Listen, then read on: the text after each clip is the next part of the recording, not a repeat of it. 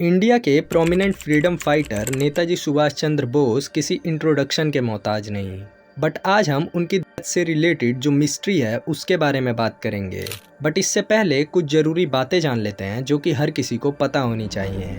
तो देखो, नेताजी का जन्म उड़ीसा के कटक में 23 जनवरी 1897 को हुआ था। वो एक संपन्न बंगाली परिवार से ताल्लुक रखते थे। नेताजी के 7 भाई और 6 बहनें थीं। उनके पिता का नाम जानकीनाथ बोस और उनकी माता का नाम प्रभावती देवी था। नेताजी सुभाष चंद्र बोस ने अपनी पूरी लाइफ देश की सेवा में लगा दी, और जब हमारा देश गुलामी से जूझ रहा था और गुलामी के खिलाफ लड़ाई लड़ रहा था, तब उन्होंने ही अंग्रेजों की गुलामी को नकारने के बाद ही आजाद हिंद फौज की स्थापना की। और अगर आप उनकी लाइफ की जर्नी के बारे में पढ़ेंगे तो उनकी लाइफ की जर्नी किसी मूवी से कम नहीं। चाहे हम उनकी लव लाइफ पर बात करें या फिर अंग्रेजों के खिलाफ खड़े होने की, उनकी लाइफ के हर एक पहलू पर एक किस्सा जुड़ा हुआ है। और उनके जीवन में कई चीजें काफी मिस्टीरियस रही हैं, खासकर जब हम उनकी डेथ से रिलेटेड बात करते हैं कि आखिर नेताजी सुभाष चंद्र बोस की डेथ हुई कैसे। इतने सालों बाद भी यह मिस्ट्री अभी भी बरकरार है। अगर बात करें सरकारी दस्तावेजों की, तो नेताजी सुभाष चंद्र बोस की डेथ 18 अगस्त 1945 को एक प्लेन क्रैश एक्सीडेंट में हुई है। अगर रिपोर्ट्स की माने तो वो हादसे के वक्त विमान में बैठकर मंचूरिया जा रहे थे, बट रास्ते में ही वो प्लेन लापता हो गया और काफी ढूंढने के बाद भी प्लेन के बारे में कुछ पता नहीं चला। इसीलिए अभी भी ये सवाल लोगों के बीच बरकरार है कि ये एक हादसा था या फिर किसी की सोची समझी साजिश। और ये जो शक है ये तब और पक्का हो गया जब ये बात सामने आई।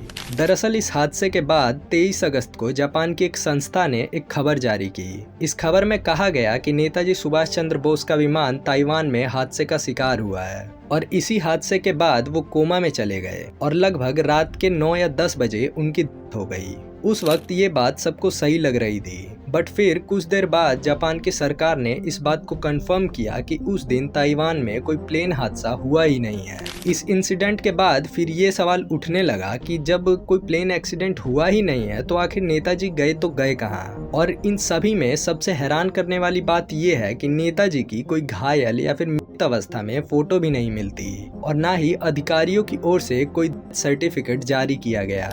यही वजह थी कि भारतीय राष्ट्रीय सेना ने उनकी डेथ को मानने से इनकार कर दिया। और अभी कुछ सालों पहले 2015 में इसी मुद्दे पर आईबी ने 2 फाइल्स पब्लिश की। इन फाइल्स में बताया गया कि लगभग 2 दशकों तक आईबी ने नेताजी के परिवार की जासूसी की थी। कई लेखकों की माने तो जवाहरलाल नेहरू को नेताजी की डेथ पर शक था। ऐसे में उन्होंने बोस के पत्रों की जासूसी करवाई, ताकि अगर नेताजी पत्र के जरिए अपने परिवार से कांटेक्ट करें तो उन्हें पता लग जाए। बट इसका कोई फायदा नहीं हुआ। इस मामले के उठने के बाद गवर्नमेंट ने नेताजी की डेथ से जुड़ी 37 फाइलों को पब्लिश कर दिया। बट इन फाइलों में भी ऐसे सबूत नहीं मिले जिससे कि ये कंफर्म हो सके कि नेताजी की डेथ प्लेन क्रैश में ही हुई है। बट ऐसी बात नहीं है कि ऐसे डॉक्यूमेंट्स हैं ही नहीं। ऐसे बहुत से डॉक्यूमेंट्स हैं जो कि नेताजी की डेथ को कंफर्म करते हैं कि उनकी डेथ प्लेन क्रैश में ही हुई है। बट आज भी नेताजी के समर्थकों का मानना है कि आज़ादी के वक्त नेताजी जिंदा थे, बट इसका कोई भी सबूत नहीं मिलता।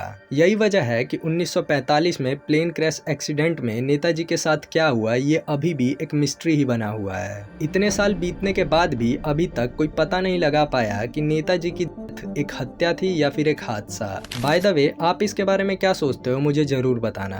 तब तक के लिए thank you for watching the video.